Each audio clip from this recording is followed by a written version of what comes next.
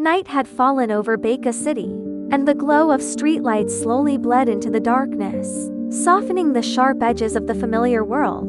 In his small apartment, Conan Edogawa sat at the desk by the window, one foot tucked beneath the chair, a book lying open before him. It was the final volume of a series he had grown unexpectedly fond of, Harry Potter and the Deathly Hallows. This was the only hour of the day that truly belonged to him. The cases were finished, the criminals caught, the city temporarily at peace. Conan's sharp mind, usually racing several steps ahead of everyone else, allowed itself to slow as his eyes moved steadily across the page. The Battle of Hogwarts. Yet exhaustion, accumulated from an entire day of relentless investigation, crept up on him. His head dipped lower and lower until, without realizing it, he slumped forward, cheek pressed against the printed words. Sleep claimed him. It was not a peaceful sleep.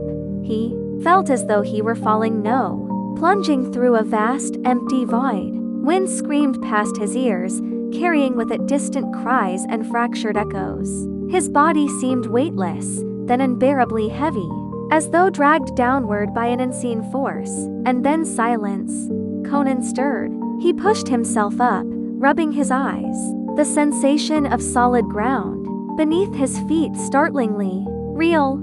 Already awake? He muttered to himself. That was fast. He opened his eyes fully. The words died in his throat. Before him rose towering stone walls, jagged and scarred, windows blown out, turrets fractured as if clawed by some enormous beast. Smoke curled through the night air, and shattered statues lay strewn across the courtyard.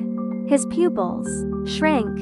You've got to be kidding me, he breathed. That's Hogwarts. There was no mistaking it. The castle matched the descriptions etched so clearly into his mind. The very pages he had been reading before he fell asleep. And the destruction. This was no peaceful version of the school. This was war. Heart-pounding. Conan forced himself to think. He scanned the surroundings. Alignan Griality with memory. Scene with chapter. This is the Battle of Hogwarts, he realized. Late stages. Voldemort has withdrawn for now. And then the thought struck him with chilling clarity. He can't use the Elder Wand properly, Conan whispered. Which means the next step is. His breath caught. Snape. Without another second's hesitation, Conan seized a discarded black robe from the ground and threw it over himself. Then he ran. The corridors of Hogwarts were barely recognizable. Stone lay cracked underfoot, and scorch marks traced the paths of spells long since dissipated. The air still vibrated with lingering magic. As he ran, Conan reconstructed the sequence with ruthless precision. Voldemort believed Severus Snape to be the master of the Elder Wand because Snape had killed Albus Dumbledore. The Dark Lord's logic was brutally simple. Power transferred through death, but it was wrong. The flaw is timing, Conan muttered. And intent. The Elder Wand's allegiance had shifted the moment. Draco Malfoy disarmed Dumbledore. Atop the astronomy tower, Snape had only carried out an already decided fate. And later at Malfoy Manor, Harry Potter had overpowered Draco and taken Hiswind, which meant the wand answers to Harry. Voldemort's failure to understand this would cost him nothing less than everything. Conan rounded a corner and nearly collided with three figures. Ahead, Harry Potter, Hermione Granger, and Ron Weasley stood in tense conversation, face pale and drawn, wands clenched in their hands. Wait, Conan shouted. They spun around instantly, wands raised. Who are you? Hermione demanded. There's no time, Conan said quickly. Voldemort is going to kill Snape. He thinks Snape is the master of the Elder Wand. He's wrong, and if you don't stop him, Snape dies for nothing. Harry stared at him. The words struck with uncomfortable precision. How do you know that? Harry asked. As the Elder Wand would never follow murder, Conan said. It follows defeat. Draco disarmed Dumbledore. You disarmed Draco. The chain is unbroken. Silence stretched between Then Harry made his decision. Take us to him. They moved quickly, skirting the edges of the castle, avoiding the last scattered clashes. Conan led them along a narrow passage toward the forest, piecing together Voldemort's likely movements from the logic of dominance and symbolism. He'll want witnesses, Conan explained as they ran. He always does, but not too many.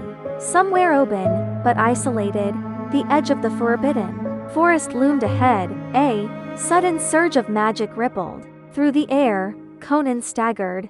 Heat surged through his body, his vision blurring violently. Harry grabbed his arm to steady him, and then Hermione gasped. The boy before them was gone. In his place stood a tall teenager with sharp eyes and an unmistakable air of calm authority. I don't think this will last, said Shinichi Kudo, glancing down at his hands. They arrived just in time. Voldemort stood over a fallen Snape, wand raised, red eyes gleaming with triumph. Shinichi acted first. A football launched from his enhanced shoe, cutting through the air with startling speed. Voldemort laughed as he destroyed it with a flick of his wand. You think such childish tricks can harm me? He sneered. How naive. Now, Shinichi said quietly. Harry's wand moved as if guided by instinct. Expelliarmus, the elder wand flew through the air and landed cleanly in Harry's hand. For the first time, Voldemort faltered. Snarling, he dissolved into black smoke and fled toward the depths of the forest. Snape lived. In the aftermath, the truth emerged at last. About Lily, about loyalty, about the final Horcrux. I must die, Harry said quietly. Shinichi shook his head. You will face death, he corrected. But the death will not take your life. He laid out the final deduction. The cloak, the stone, the wand, the circle completed. You are the master of death, Shinichi said. But Voldemort must never realize that. Harry nodded and walked on. The forest swallowed him. Shinichi watched until the darkness closed, until the world began to blur once more. When he awoke, his cheek rested against paper. The book lay open, but some truths, once known, could never be unread.